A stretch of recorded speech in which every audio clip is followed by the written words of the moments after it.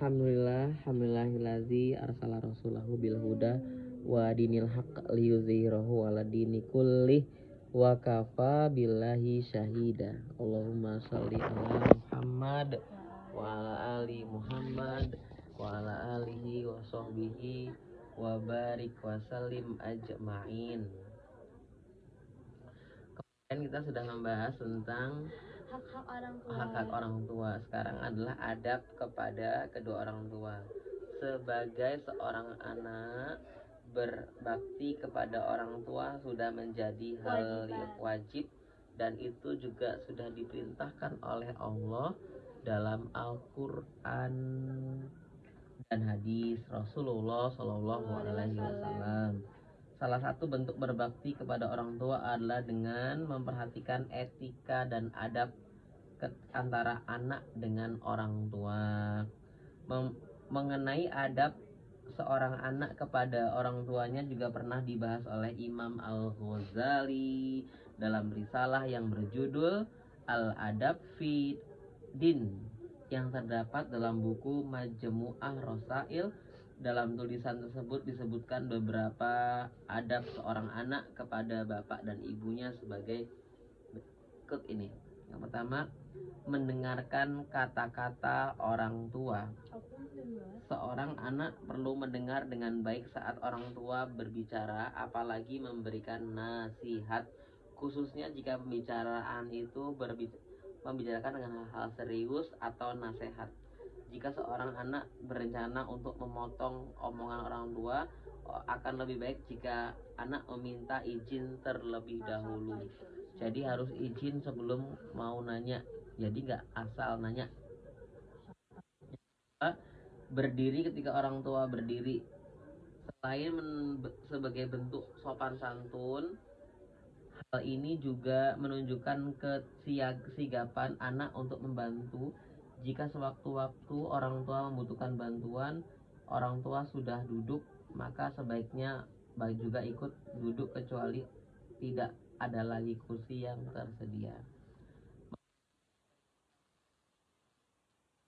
Pertama, orang tua memberikan perintah yang tidak bertentangan dengan aturan Allah, maka wajib kita mengikuti perintah itu.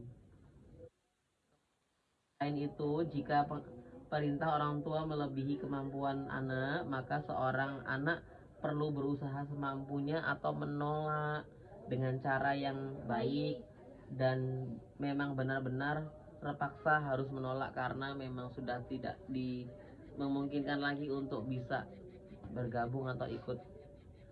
Kemudian yang keempat, mematuhi panggilan orang tua.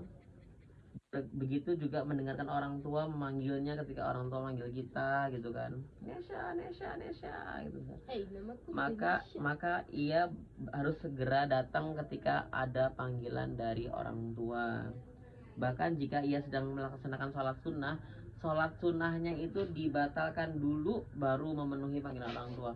Bahkan ketika Mbak Nesha itu kuliah, nanti saya ke Jepang, tiba-tiba orang tuanya nelpon, Nesha pulang, ibu masak sambal terasi, Nesha pulang. Mana bisa gitu lagi kelas tiba-tiba. Iya, harus pulang karena memang mematuhi perintah orang tua, terutama ibu, itu hukumnya wajib. Kita ikuti perintah istri. Ya enggak. Lagi Tri. Kelima, merendah dengan penuh kasih sayang dan tidak menyusahkan orang tua. Kerendahan hati kepada orang tua harus tetap dijaga. Meskipun seorang anak sudah lebih alim atau lebih soleh daripada orang tuanya, atau seorang anak lebih solihah daripada ibunya atau bapaknya. Selain itu, rasa hormat ini tetap harus ada, meskipun dahulu orang tua juga selalu biasa mematuhi kebutuhan anaknya. Dan seseorang anak juga harus memahami keterbatasan dan kemampuan si orang tua.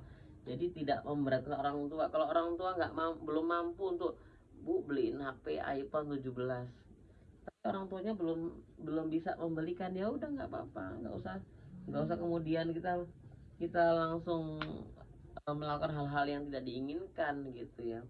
Yang keenam, tidak mudah merasa capek dengan berbuat baik kepada orang tua. Jadi kalau kita bantu orang tua di rumah, bantu nyuci piring, nyuci baju, ngelap kaca, nyepel, beresin barang-barang diletakkan di tempatnya, maka seorang anak harus memahami bahwa orang tua sudah mengasuh dan membesarkannya tanpa lelah, sehingga seorang anak wajib berbuat baik dan berusaha menyenangkan hati orang tua dengan melakukan apa yang orang tua minta. Minimal berdoalah. Paling kecil derajatnya kita itu adalah berdoa kepada Allah. Kemudian jembatan yang ada jembatan itu loh yang di Fajar Baru itu. Jadi ngobrol sih mbak. Salah ngomong soal di jembatan sih. Kekam ya. Jadi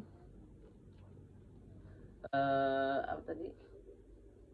Kita sudah soleh duluan atau anak itu lebih soleh daripada kedua orang tuanya, maka seorang anak tetap wajib mematuhi ke orang tuanya. Misalnya nih, Mbak Nesa lagi kuliah di Udah. oh tadi ya udah ya. Itu harus datang pulang gitu. Jadi kalau Nesa pulang, ibu masak sambal terasi pulang gitu. Lagi gitu ya. Tidak merasa capek ketika berbuat baik kepada orang tua. Jadi jangan bilang aku tuh capek loh bu, aku tuh capek loh pak, jangan aku dulu sih, aku capek gitu. Minimal seorang anak harus mengetahui bahwa orang tua sudah mengasuh dan membesarkannya sejak kecil, sehingga seorang anak wajib berbuat baik untuk menyenangkan hati. Misalnya kalau cuma sekedar bikin teh, bikin kopi, bikinin. Bikin teh, aku capek loh mah bikin kopi, bikin sendiri aja sih mah, aku capek banget nah, seperti itu.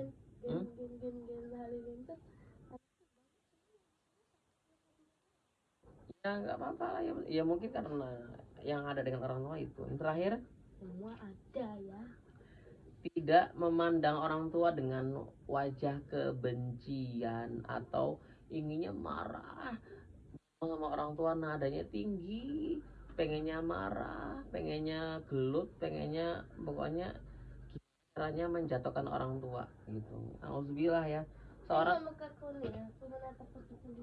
Seorang anak juga harus selalu menjaga prasangka baik kepada kedua orang tua.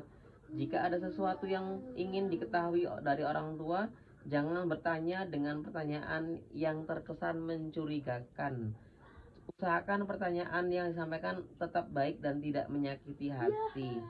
Itulah adab-adab yang perlu dimiliki oleh anak-anak kita semua. Adab-adab ini perlu diketahui dan dipahami oleh seluruh anak-anak.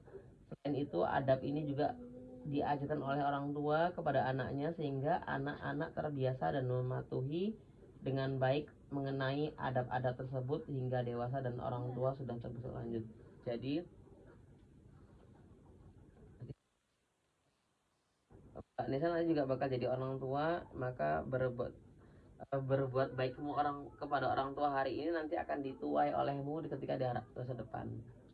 Jadi ulangi ya, berbuat baiknya Mbak Nesha kepada orang tua hari ini nanti akan berbanding lurus dengan perlakuan anak-anak kita di masa depan.